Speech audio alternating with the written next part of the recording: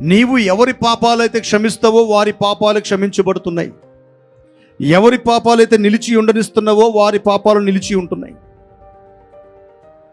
హల్లెలూయా. అందుకనే యేసుక్రీస్తు వారు ఆయన పరలోక ప్రార్థన నేర్పించినప్పుడు ఆయన ఒక ప్రార్థన దాంట్లో జ్ఞాపకం చేస్తారు. మేము ఇతరుల పాపాలు క్షమిస్తున్న ప్రకారము మా పాపములు కూడా క్షమించుము. అంటే ఇతరుల పాపాలు నువ్వేం చేయాలంట? క్షమించాలి. క్రీస్తు సారూప్యము నీలోకి రావాలంటే ప్రతి ఒక్కరిని కూడా నువ్వు క్షమించుదుగాక. ఆమేన్. హల్లెలూయా. అప్పుడు నీ దగ్గర క్రీస్తు ఒక అధికారం పనిచేయడం మొదలు పెడుతుంది.